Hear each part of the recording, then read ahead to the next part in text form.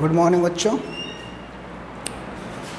उम्मीद करता हूँ आप लोग पढ़ रहे होंगे और स्वस्थ होंगे।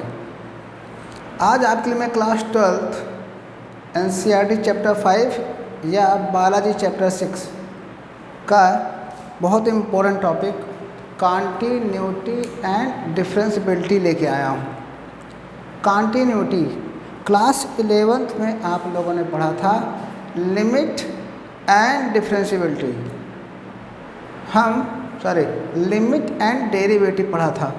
क्लास 12th में हमें पढ़ना है कॉन्टिन्यूटी एंड डिफरेंशियबिलिटी। हमें ये टॉपिक है क्लास 12th का, बहुत अच्छा ही टॉपिक है। आप इसको समझेंगे और थोड़ा सा बोरिंग टाइप का है, कुछ बच्चों को समझ में कम आता है। तो आइए देखते हैं क्या है। देखिए, हम लोगों ने लिमिट में पढ़ा था क्लास 11th में। लिमिट क्या है? देखिए,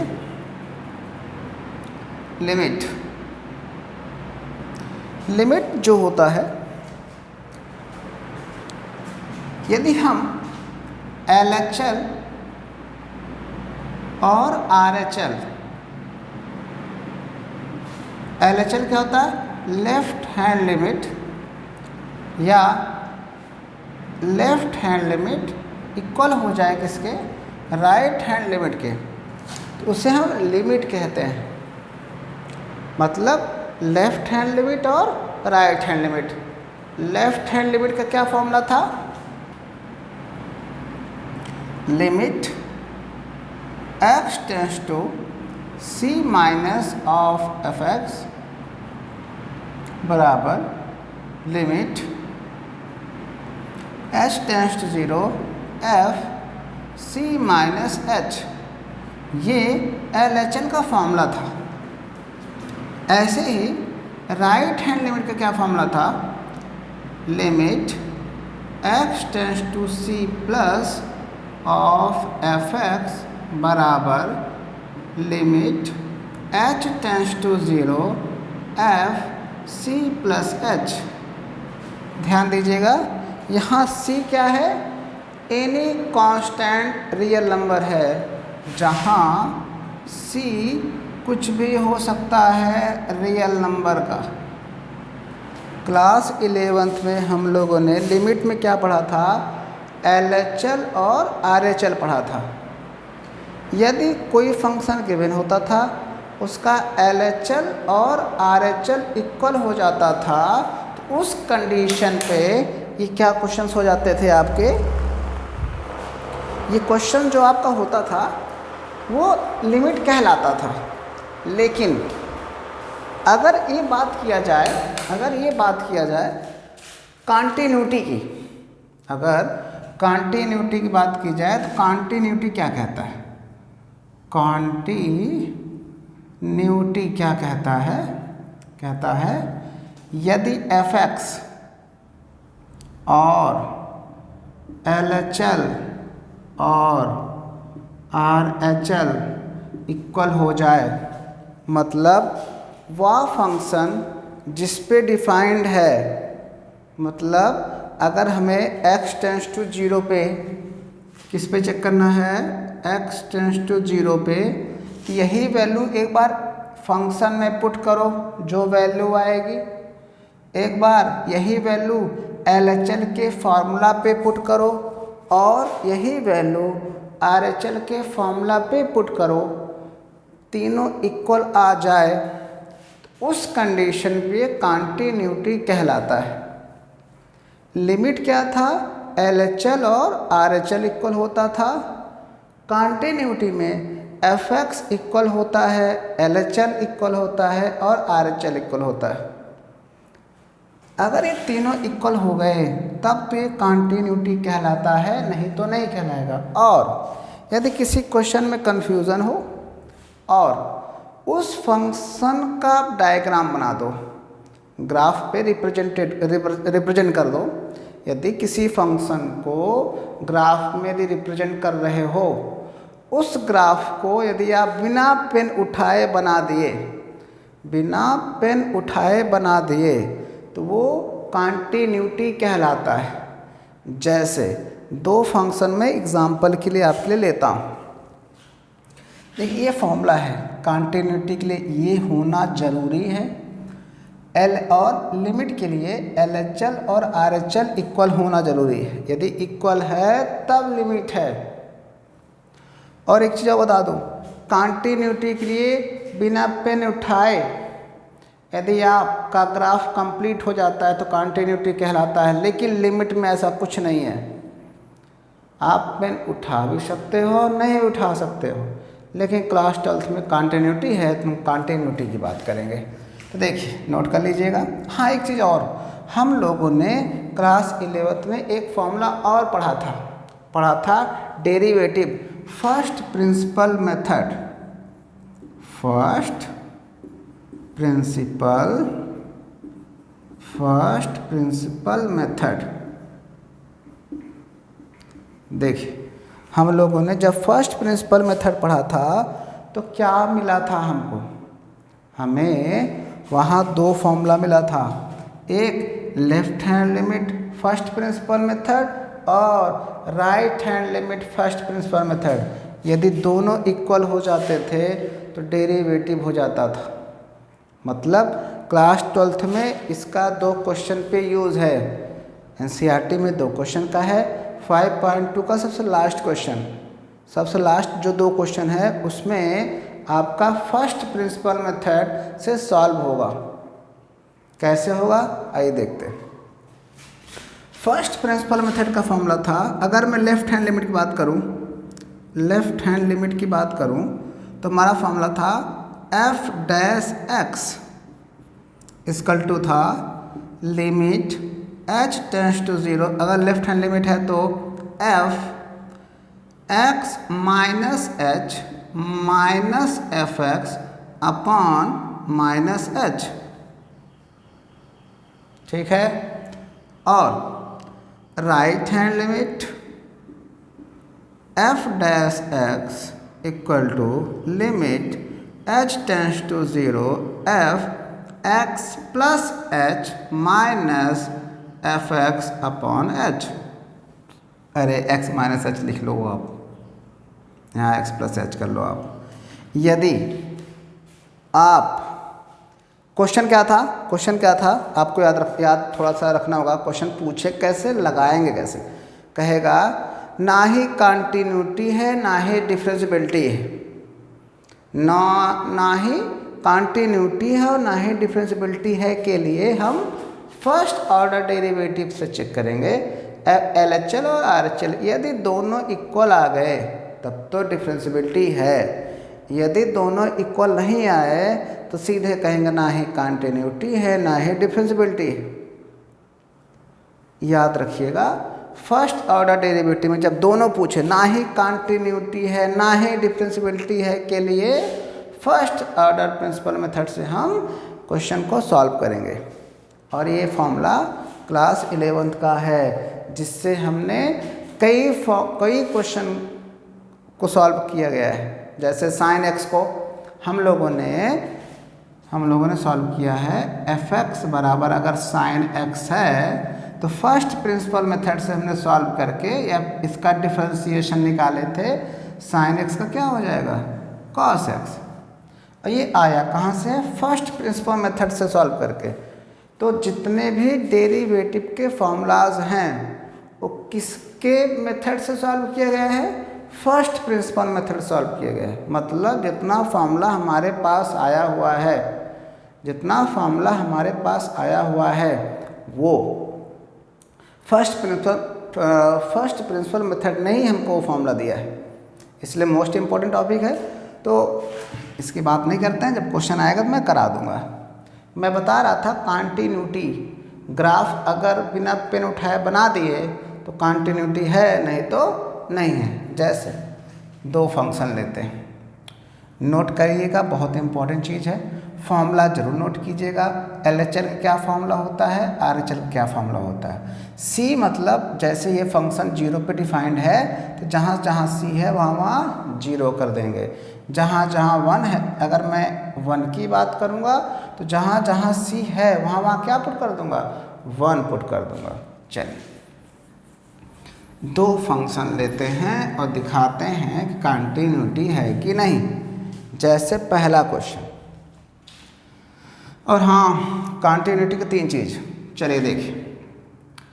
हम पहली प्रॉपर्टी याद रखिएगा, यदि कोई फंक्शन कांस्टेंट आ गया f(x) बराबर c तो कंटिन्यूटी होता है। क्यों? इसका जो ग्राफ बनता है, इसका जो ग्राफ बनेगा कुछ ऐसे बनेगा। c है, कुछ भी हो सकता है, कांस्टेंट। तो ये जो पॉइंट आया वो क्या है आपका c, 0। बिना पेन उठाए, ये देखो यहाँ से लेके यहाँ तक बिना पेन उठाए बन गया। यदि बना तो ये फंक्शन कंटिन्यूअस होता है। यदि कोई फंक्शन कांस्टेंट है तो वो कंटिन्यूअस होता है, कंटिन्यूटी होता है। पहला, अगर फंक्शन कांस्टेंट है तो।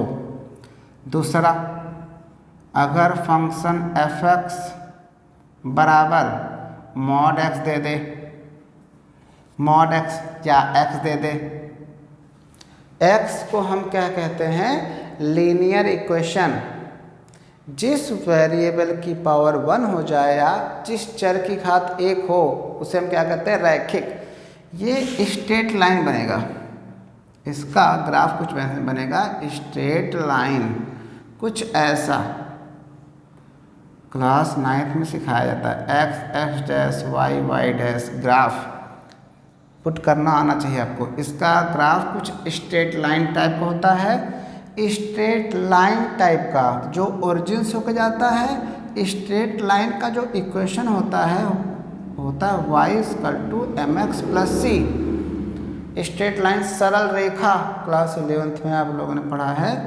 m को स्लोप कहते हैं, m को हम tan थीटा के इक्वल डिनोट करते हैं। m को और किस नाम से जानते हैं? m को और किस नाम से जानते हैं? y2 - y1 upon x2 - x1, और क्या जानते हैं? dy/dx के नाम से भी जानते हैं। डिफ्रेंशिएशन भी m है, चैप्टर 6 में आप पढ़ोगे। तो चूँकि स्ट्रेट लाइन की बात उठी थी, मैंने स्ट्रेट लाइन एक बार आपका रिवीजन करा दिया।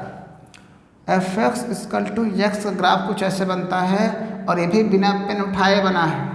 मतलब आप पेन रख दिया तो खींच देंगे आप, खींचे मतलब इनके बीच मुझे पेन उठाने की जरूरत नहीं पड़ी। एक फंक्शन और है, f(x) बराबर x²। इसका ग्राफ कुछ ऐसे बनता है, कुछ कैसे ऐसे, पैराबोला टाइप का। ये भी आप ग्राफ ड्रा कर सकते हो टेबल बनाकर। इसका इक्वेशन कैसा होता है? x² = 4ay। यहाँ a क्या होता है, y क्या होता है, आप लोगों ने क्लास 11th में पढ़ा था। तो ये फंक्शन क्वाड्रेटिक का है, और क्वाड्रेटिक का जो ग्राफ बनता है वो पैराबोला टाइप का बनता है।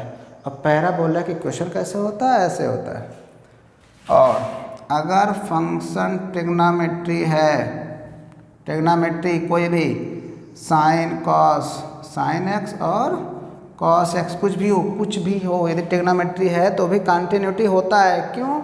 उसका ग्राफ भी बिना पेन उठाए बनता है, कुछ ऐसा। देखिए, ये आपका साइन x का ग्राफ है, ऐसे बनता है, ऐसे बनता चला जाता है, बिना पेन उठाए बना है। फिर cos x का ग्राफ कैसे होता है? ऊपर से ऐसे, ये भी ऐसे ड्रा होता है। यदि ऐसे ड्रा है तब ये फंक्शन कंटिन्यूअस है। क्यों कंटिन्यूअस है? क्योंकि बिना पेन उठाए ये सब ड्रा हुआ है। यदि बिना पेन उठाए ड्रा हो गया तो ये फंक्शन कंटिन्यूअस कहलाता है। और सारे फंक्शन का ग्राफ प्लॉट कर सकते हो आप, यदि आप क्लास 9th और 10th अच्छे से पढ़े हो। क्लास 10 में 2 एक्सरसाइज 3.1, 3.2 ग्राफ पे ही रिलेटेड है।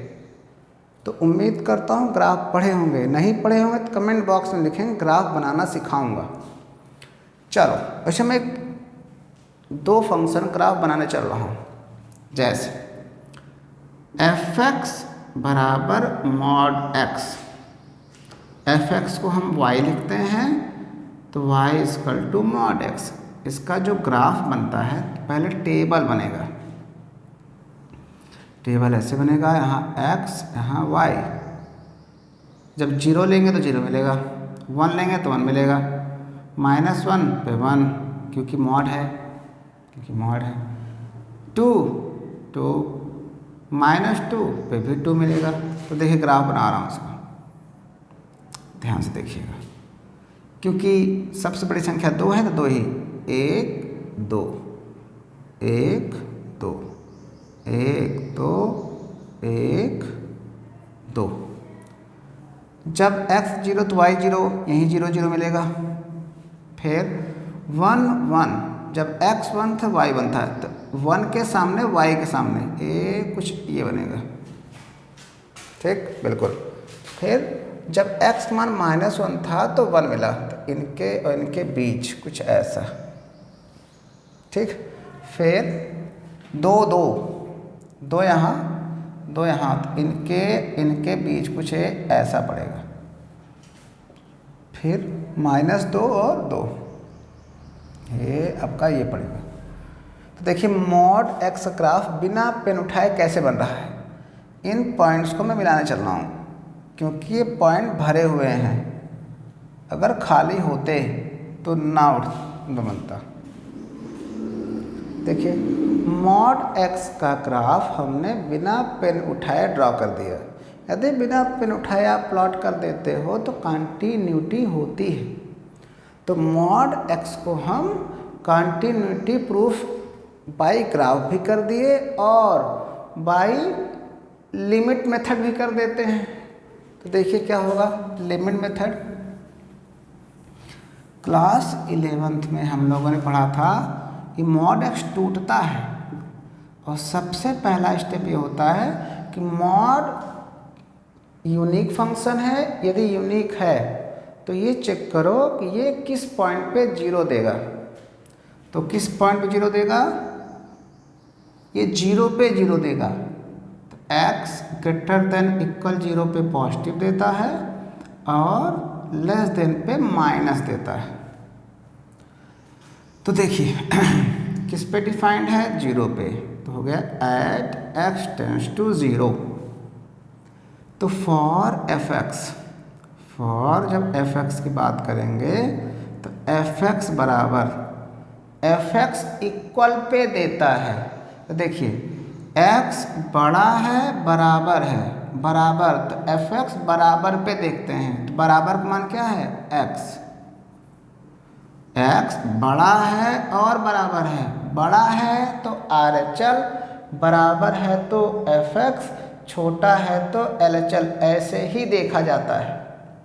तो बड़ा है तो यहीं RHL, बराबर है तो यहाँ fx, छोटा है तो यहाँ LHL। चलिए तो x मान क्या पुट करना, 0, f0 क्या मिला, 0, इक्वेशन फर्स्ट।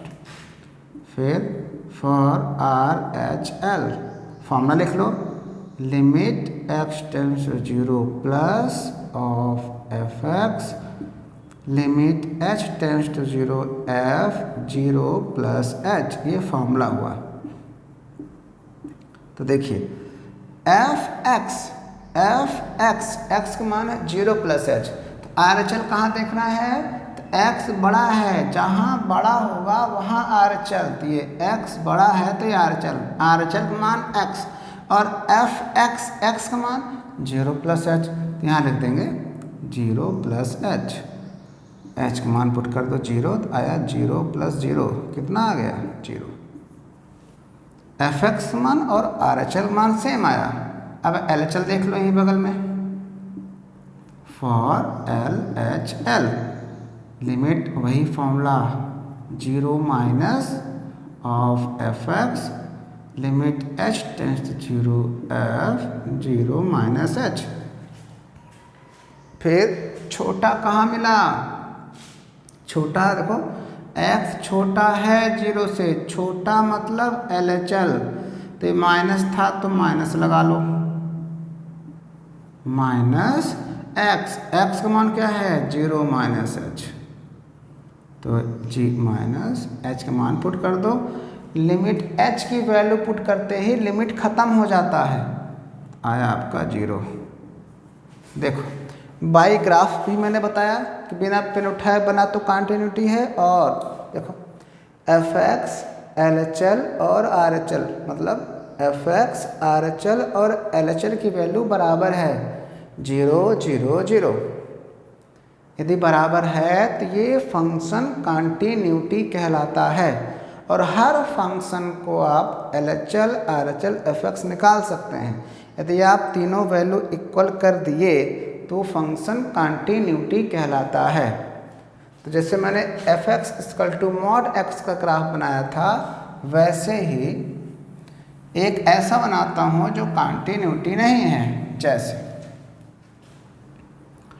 एफ एक्स बराबर greatest integer x, f x equal to greatest integer x. Greatest integer का फंक्शन, ग्रेटेस्ट मतलब का डिफिनीशन होता है इक्वल और लेस। इसका जो डिफिनीशन होता है इक्वल या लेस की बात करता है।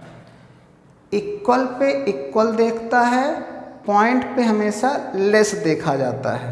तो देखिए 1 पे क्या देगा 1 देगा, 0 पे क्या देगा 0 देगा, और